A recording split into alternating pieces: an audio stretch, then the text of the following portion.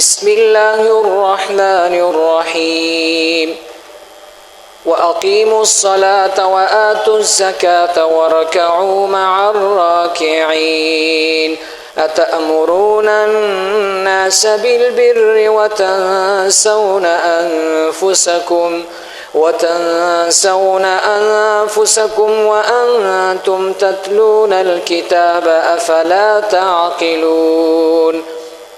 اول سپارہ دا سورة البقرہ آیت نمبر دے 3 نمبر. د بنی اسرائیل اغه تذکرہ روانه دا یعنی د یهود او د نصارو د اهل کتاب ورته مونږ وایو. نبی علیہ الصلوۃ والسلام په واسطه باندې الله تعالی سو حکمونه نازل کړي چې د بنی اسرائیل ته وایا اول خو هغه انعامات د الله وریاد کړي چې پتا سو باندې الله څومره انعامات کړي دي نو د هغه ته وګوري او د هغه په بدله کې تاسو په الله ایمان راوړي او دغه احکامات ومني.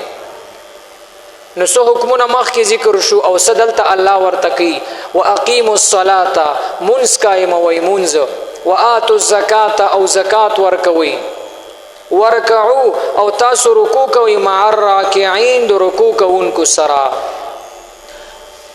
الله ورته بل حکم دا کوي چې منځ قائم وي، دویم حکم دا کوي چې زکات ورکوي او دریم ورته وی رکوع کوي د رکوع کوونکو سره. مطلب دا په جمع باندې منځ کوي. اول د اقیم الصلات کې د ځان لمون ذکر شو چې ځان لمونځ کوي چې کله تاسو نه جمع لاړ شي او چې کله د جمع ټیم راشي نو رکوع کوي د رکوع کوونکو سره. دی آیت نه دا پتم لګي چې د جمع منځ دا هغه لازمی منځ دی بلکې دا هغه واجب درجه ته رسیدلی دا واجب دی بغیر د عذر په کور کې ګوره منځ پیغمبر علیه الصلاۃ والسلام حدیث مبارک ته وای هغه ظلمی چې په جمعه ته جمع لناراضي په کور کې منځ کوي نو زړه می غواړي چې زه خاشاک لرګي را جمع کم او هغه کور ته اور واچم په کوم کور کې چې کم سړی د خزو سره منځ کوي او جمعه ته ناراضي یو هغه وی سړی په کټ پروت دی بیمار دی عذر دی جمع شوی دا هغه نه بلکې چې اذان ووري او بغیر د عذر ایثاری بلکوری حدیث مبارک ته لا صلاة لجار المسجد الا فی المسجد یعنی د جمعات سره چې څوک اوسېږي د هغه په کور کې مونږ ګورې نه کیږي چې جمعات ور سره وي. مطلب دا مو جمعات لجمع لراځي ځکه دا د سړو کار دی. نو دلته الله وی یعنی بنی اسرائیل ته حکم کوي چې ګوره جمع کوي ځان لمونځ کله کله خو جمع مګ پرې کړي. دلته بل خبره ده د رکوع ذکر رااله اعلان کې د سجدي ذکر نشو د قیام ذکر نشو. نو مفسرین وایي چې يهودو بدینه مخکې منځ کوله د بنی اسرائیل خو په هغه کې رکوع نه و نو الله په رکوع لازم کړل چې رکوع کوي رکوع. بل حکم ورته الله کوي اتامرون الناس تاسو امر کوي خلکو ته بالبر دي نیکو کارونو نیکی طرف ته خلق را بلی خو وتنسون او حال دار وتنسون تاسو یې کړی دی انفسکم خپل ځانونه مې کړی دي په خپل عمل نه کوي نور خلق خکار ترا بلی. ګوري یو دو کار د اسلام دین شریعت د انسان نه مطالبه دو کارونه دي یو دا په خپل بم خکار کې او بل بم خکار ترا بلی په خپل بم د ګناه کار نه کې بل بم د ګناه کار نه بندي. من رأى منكم منکرا فليغير بيده فإن لم يستطع فبلسانه. پیغمبر علیہ السلام فرمایي کنه چې وسړی ناروا کار ولا سوق وویني نو اوله درجه دا چې په لاس منه په زور باندې کدا نوی په خله باندې منه کا او که په خله باندې نو په زړه کې بد وګڼه. نو د ایمان اوله درجه دا چې وسړی په لاس باندې منه کې په زور منه کې چالکا واده در باندې روان دی ګوره ډمان را نه ولي خور شي ودري زلا په زور باندې من کې کرا دی وستل مړې ژوندې مې در سره باندې جنازه دینو کوم ګوره دواله دل نه راځم ځکه دا خو به تیر شي دغه خوشحالي وري تیر شي سبب بیا سکی په کوم سترګو به د خلکو سره ملاويږي پښتون سره وډم توپ دی کړي دی. نو کچرتا پدی لاس باندې وست نه رسی نو بیا د خلی وس کول شي په خله باندې ورته ویل شي چې نور وس خو مینه رسی خو لہذا په خله باندې درته بد ویم کدا نه نو ادنا درجه د ایماندار چې بد کار دا خو پسړه کې بد وګڼي. نو يهوديانو کې یو صفت داو چې دی با عوامو ته مسائل بیانول، عوامو ته ښه کارونه بیانول چې دا کوي هغه کوي، خو په خپله به یې نه کول، په خپله به یې نیک کار هم نه کول، او دویم د ګناهونو نه به نه منع کېدل. عوامو ته خو به ویل چې رشوت مه ورکوئ، سود نه ځان ساتئ، زنا مه کوئ، دا مه کوئ، هغه مه کوئ، مونځ په ټیم کوئ، زکات ورکوئ، خیرات صدقې کوئ، خو په خپله به یې نه کول. دا د یهودیانو د عالمانو صفت دی.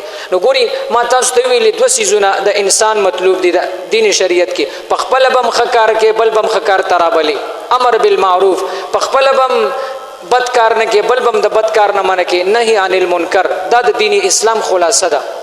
ګوري نبی علیہ الصلوۃ والسلام د معراج په واقعه باندې داسې حالت په جهنم کې لیدلې دی. یو ډله یې ولیدله، داسې ډله وه د خلکو چې د هغې هغه شونډې او د هغې هغه ژبې د اور په کینچۍ باندې کټ کېدلې. دومره سخت تکلیف او عذاب ورته میلاوېدله. شونډې به ترې په د اور په کینچۍ کټ کړلی شوې، ژبه به ترې کټ کړلی شوه. څه وخت پس په بیا هغه شونډه راوخته او ژبه بیا بیا به دغه سزا ورته میلاوېده. نو پیغمبر علیه الصلوۃ والسلام تپوس وکړو چې دا کم خلک دي. نو جبرائیل علیه الصلوۃ والسلام ورته وفرمایل دا هغه خطیبان او هغه واعظین نصیحت کوونکي دي چې خلک ته خو به ښې خبرې کولې، خلک به یې نیکۍ کار ته رابلل، خو په خپله به یې نه کوله، خلک به یې د بد کار نه منع کول، خو په خپله به یې بدي کوله. ګورې بل روایت کې راځي نبی علیه الصلوۃ والسلام فرمایي چې د قیامت ورځ شي یو کس به راوستلی شي، د قیامت په ورځ باندې هغه به جهنم ته ورکوز کړلی شي، او داسې اور سخت اور به وي چې د په جهنم کې به د ده دا کلمې دا به بهر راوځي، او دا سړی به د بهر خپلو کلمو نه تاویږي راتاویږي، او د تکلیف ته به ګوري. نو دې له خواله به جهنمیان راجمع شي، هغې به راجمع شي چې هلکه دا خو هغه پلانکې امام صاحب دی او پلانکې هغه واعظ دی او پلانکې امیر صاحب دی، موږ ته به ډېرې ښې خبرې کولې. جهنمیان به ترې ګیر چاپېر راجمع شي، ورته وایي حضرت صاحب تا خو په دنیا کې موږ ته به ښې خبرې کولې، موږ ته به د مثال ویل دا کار کوئ دا کار مه کوئ، نن خو ته جهنم ته راغلی او زموږ نه هغه بدترین حالت ستا دی، دا ولې؟ نو دا جهنمي به ورته وایي بلکل ستاسو خبره ټیک ته، ما به تاسو خو کارونو طرف ته رابللی او د ناروا کارونو نه به ما بندولی، خو لهذا ما به په خپله هم ښه کار نه کول او ما به ټول عمر بد کارونه کول. نو ګوري اولنۍ درجه دا ده چې کله چاته یو ښه کار امر کې نو اول به په ځان کې راولي، اول به هغه ښه کار په خپله کې د بدۍ نه به ځان ساتي، بیا به بل انسان ته مسلمان ته د هغې حکم کې هغه به ترې اله منع کېږي. نو دوی ته الله وایي تاسو خو نیکۍ طرف ته خلک رابلئ، خو په خپل ځانونه م ایر کړي دي. وانتم او حال دارې تاسو تتلون الکتاب، تاسو تلاوت د کتاب کوئ، یعنی تاسو تورات باندې پوهیږئ، په انجیل باندې پوهیږئ، پیغمبران تاسو ته راغلي دي، یعنی د دې معنی دا ده تاسو تعلیم یافته خلک یې او بیا هم داسې کار کوئ. ځکه یو سړی چې پوهیږي او بد کار وکړي نو هغه خلک ډېر ملامته کوي چې هلکه ته خو پوه سړی وې، عالم سړی وې، تعلیم یافته سړی وې، تا داسې ناروا کار وکړه. افلا تعقلون، آیا تاسو عقل نه لرئ؟ بل حکم ورته الله دا کوي واستعینو، تاسو مدد غواړئ، مدد غواړئ د الله نه بالصبر، په صبر سره، د صبر په ذریعه باندې، والصلات او د مونځ په ذریعه باندې. ګوري مدد به د الله نه غواړي، دا معنا نه ده ګوري چې واستعینو تاسو مدد غواړئ په مونځ او په صبر سره، یعنی د صبر نه مدد غواړي او د مونځ نه مدد غواړي، دا معنا نه ده ګوري. بعضې دا بت پرسته دا قبر پرسته خلک چې کوم دي د قبرونو ته سجدي کوي یا د پیرانو ته لاړ شي د هغې نه سوال کوي، نو ګوره په دې باندې ځان پوهې کوي چې چېرته هم زیارت ته لاړ شي یا د یو لوی بزرګ قبر ته ځي، نو د هغې طریقه دا ده هلته سره قرآن مجید در حصه یادوي، سوره فاتحه، سوره اخلاص، سورتونه دا یاد وي، دا ووایه او د دې ثواب هغه مړی پسې وبخه. اول ته چې لاس اوچتیم دا به وي چې الله دغه پلانکې سړی م وبخي، دلم لوی درجات ورکړي، لوی بزرګ دی، ما م وبخي، ماله مثال لوی درجات راکړي. دا نه چې ته قبر ته لاسونه اوچت کړې او د قبر والا نه سوال کړې چې پیر بابا ماله بچي راکړه، پیر بابا زما سبا انټرویو ده ما پکې پاس کړو، پیر بابا زما کاروبار خراب دی. ګورې دا شرک دی، شرک غوښتل مدد دا د الله نه دی. نو بعضې دا قبر پرسته خلک چې دي وایي ولې د پیرانو نه م غوښتلی شي، د قبرونو نه م سوال کولی شي، ولې الله حکم کړی دی چې واستعینو تاسو مدد غواړئ د مونځ نه او د صبر نه. نو د مونځ او د صبر نه مدد غوښتلی شي، ولې د قبر نه یې نشي غوښتلی، نو دا هغه غلطه ترجمه کوي، غلط تفسیر کوي. ګورې د دې معنی دا ده مدد به غواړئ د الله نه، خو په واسطه د مونځ سره، په واسطه د صبر سره. په تا باندې څه حالت راغلی صبر به وکړي، مونځ به 2 رکعته وکړي، والله ته به سوال وکړي، د هغه مشکل حل به د الله نه غواړي. غواړئ نو الله وی تاسو مدد غواړئ د الله نه بالصبر په صبر سره والصلات او په مونځ سره.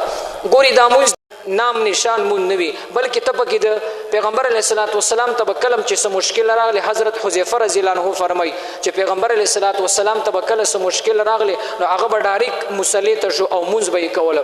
ګوري د غزوه بدر په موقع باندې د غزوه بدر شپه چې وه ټول صحابه آرام کوله چا جنگ ته تیاری کوله چا څه کول خو پیغمبر علیه السلام ټول شپه په تهجد مونځ کې تیره کړې ده. دغه رنګ کله هم چې څه مشکل راغلی پیغمبر علیه السلام ډایرک مونځ کوله نو هر مشکل حل دا نبی علیه السلام په مونځ سره حل کوله. نو الله ځکه حکم کوي چې تاسو مدد غواړئ په مونځ سره د مونځ په ذریعه باندې.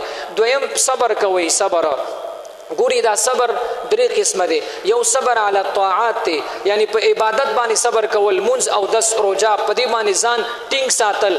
دا نه چې مثال چې موسم خوي نو بیا مونځونم کې بیا تلاوتونم کې او بیا ترجمو تم کینی او کچرته حالات خراب شو ګرمي سخت شول او بجلی نه و او خوله در باندې راځي نو بیا مونږ زم نه کې جمع لم ناراضي جمعات لم ناراضي ترجمه پرګد یاره نن سخت ګرمي ده نه نو دا سکار نه دی. نو صبر علی الطاعات. دویم نمبر قسم صبر عن المعصیت د ګناه نه بزان ساتي. خلق خو پکې اخته دي خلکو مزي وګړلې خلکو مزي نه دي کړي خلک تباہ او برباد شول. دا اسی مونږ ته په مزو چرچو کې ښکاری څوک سود کوي څوک حرام خوري کوي څوک زناکاری کوي څوک شراب څوک چرسونه او څوک ایسونه ګورې دا تباہ او برباد دي. نو د دې نه بزان ساتي د ګناهونو نه. دریم نمبر صبر علی المصیبت ته چې تا ته مصیبت ورسی په هغې باندې صبر کول. بس دومره ویل چې یا الله دا ستا د طرف دی زه په دې باندې راضی یم ته زمانه راضي شي. نو مدد به غواړي د الله نه په صبر او په مونځ سره. و انها او بشکه دا صبر کول او دا مونځ لکبیره دا ډېر لوی کار دی دا ډېر درون کار دی خو الا مگر نه دی علی الخاشعین په عاجزي کوونکو باندې. دا منافق سړی ته او بالماز سړی ته او هغه بدعمله سړی ته دا صبر کول او مونځ کول دا ډېر ګران کار دی. خو د کوم مسلمان زړه چې مونځ باندې کولاو شي او دا د مونځ قیمت دای زړه ته پریوتله نو دته ګورې مونځ بیا آسان وي. خاشعین یعنی عاجزی کوونکي دا کم خلق دي الذین دا هغه خلق دي یظنون چې دی یقین ساتي. ګوري په قرآن کې چې دا ځوان ټکی راشي دا به په معنا د شک سره نه اخلي. امام مجاهد رحمه الله امام قتاده رحمه الله تفسیر ابن کثیر تفسیر ذخیرة الجنان تفسیر قرطبی ټولو دا لیکلي دي چې ځوان په قرآن کې راشي دا په معنا د یقین سره وي. نو دا عاجزي کوونکي خشوع کوونکي خلق دا هغه دي یظنون دوی یقین ساتي انهم چې بشک دوی ملاقو ربهم دوی د الله سره ملاقات کوونکي دي. کله چې د انسان دغه عقیده چې موږ به الله ته ودرېږو الله له به زه حساب کتاب ورکوم دغه عقیده د انسان مضبوطه شي او زړه ته کوشي نو دا بیا بالمازه کېدلی نشي دا بیا حرام نشي خوړلی دا بیا چا سره دوکه نشي کولی دا بیا چا سره زنا نشي کولی دا دنه هیڅ قسمه ګناه بیا نه کېږي. خو چې زړه ته دا تصور کوشي چې زه به الله ته ودرېږم. وانهم او بشک دوی الیه دی الله طرف ته راجعون رجوع کوونکي دي. الله فرمای واقیموا الصلاة منځ قایموئ وآتوا الزکاة او زکات ورکوئ ورکعوا رکوع کوئ مع الراکعین د رکوع کوونکو سره یعنی په جمع باندې منځ کوئ. دا خو الله تعالی بنی اسرائیل یهودیانو ته وګوري چې مسلمان شي نو دا کار وکوي نو مسلمان خو به ګوري دا لازمن کوي په جمع باندې منځ کول. اتامرون الناس تاسو حکمونه کوي امر کوي خلکو ته بالبر پنیکو کارونه باندې وتنسون او حال لري چې تاسو یې کړی دي انفسکم خپل ځانونه په خپل نور خلق بم خو کارونه ترابلي په خپل بم خکار کې وانتم او حال داري انتم تاسو تتلون الكتاب تاسو تلاوت د کتاب کوي تاسو غو کتاب والي تاسو پوي خلک یې افلا تعقلون آیات سو ول عقل من جوړيږي. واستعینوا تاسو صبر کوي تاسو د مدد غواړئ د الله نه امداد غواړي د الله نه بالصبر د صبر په واسطه په ذریعہ باندې والصلاه او د مونږ په واسطه باندې وانها او دا صبر او دا صلات چې کوم نه لکبیره دا ډیر درون کار دی الا مگر نه دی علی الخاشعين په خشوع کوونکو باندې عاجزی کوونکي خلق چې کوم نه پرهیزګار تقوا دار الذين دا کسان دي یظنون چې دی یقین ساتي انهم بشکدوی د دې عقیده دا یقین دا چې انهم بشکدوی ملاقو ربهم ملاقات کوونکي دي د خپل رب سره ملاویدون کړي وانهم بشک دوی الیه دی الله طرف ته راجعون واپسی ورتلون کی دی رجوع کون کی دی